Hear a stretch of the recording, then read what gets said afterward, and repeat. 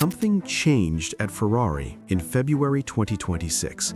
Not a dramatic press conference, not a viral headline, something quieter and far more important. Formula One entered its biggest technical reset in years. New power unit philosophy, new energy balance, new competitive order waiting to be defined. And at that exact moment, Lewis Hamilton didn't just arrive in Maranello, he integrated. Publicly, he spoke about having his DNA in the car. Fred Vasseur emphasized stability. Testing showed structured mileage, controlled messaging, no visible turbulence. That combination matters, because in Formula One history, resets don't just reward the fastest car, they reward the most aligned structure. 2014 reshaped the sport for nearly a decade. 2022 reshuffled aerodynamic thinking, and now 2026 begins with a 7-time world champion stepping into Ferrari at the start of a new cycle.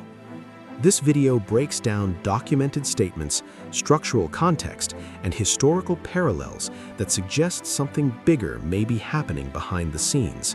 Not dramatic, not speculative, but strategic. So the real question isn't whether Ferrari is quick in pre-season. The real question is, are we witnessing the early stages of a structural transformation inside Ferrari? 2026 isn't just another season, it's a structural reset. The sport is moving away from the old hybrid philosophy and into a new balance of electrical deployment, energy management, and simplified power systems. Every major regulation shift in modern Formula One has reshaped the competitive order. 2014 created a dominant cycle that lasted nearly a decade. 2022 forced teams to rethink aerodynamics from the ground up. These moments don't just reward speed, they reward alignment. And Lewis Hamilton didn't arrive at Ferrari during stability, he arrived at the very start of uncertainty. In Formula One, uncertainty favors the teams that organize themselves fastest. Over the past 10 years, Ferrari has rarely lacked talent.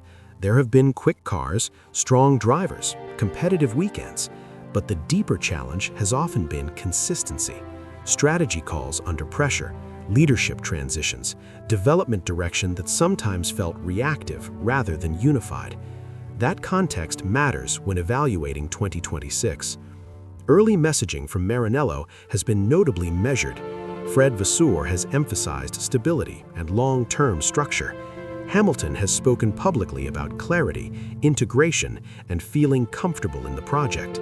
Preseason testing showed extensive mileage without major mechanical drama.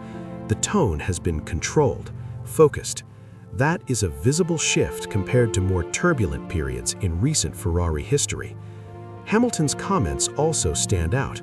When he says his DNA is in the car, that is not promotional language.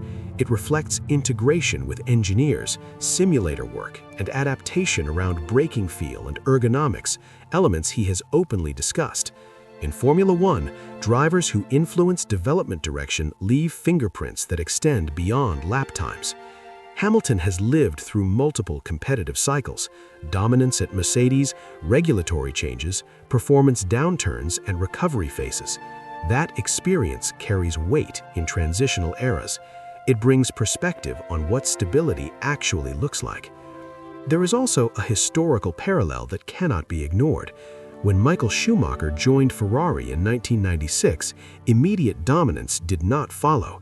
What changed first was internal cohesion, clear technical direction, unified leadership. Over time, those foundations produced championships. No one is claiming 2026 guarantees a repeat of that story, but the structural similarities, a top-tier driver entering at the start of a new technical era, are worth observing. Formula One history shows that when internal architecture improves, performance tends to follow. And here is the key point. The most important shifts in Formula One rarely begin with a headline result. They begin with alignment. When a team principal and a driver speak the same language publicly about stability, clarity, and structure, that sends a signal, not of hype, of direction. Ferrari's early 2026 posture feels intentional rather than reactive. That distinction is subtle but powerful. The real transformation, if it is happening, may not be visible on a timing screen. It may be visible in process, in decision-making, in development cadence between Race 1 and Race 4. If Ferrari sustains consistency under the new regulations, historians may not look back at a specific qualifying lap. They may look back at this moment, the start of the cycle, and recognize when internal alignment began to crystallize. So the question now is simple. Did Ferrari hire one of the greatest drivers in history for performance alone? Or did they bring in a figure capable of reinforcing structure at exactly the right time? The answer will unfold over races, not press releases.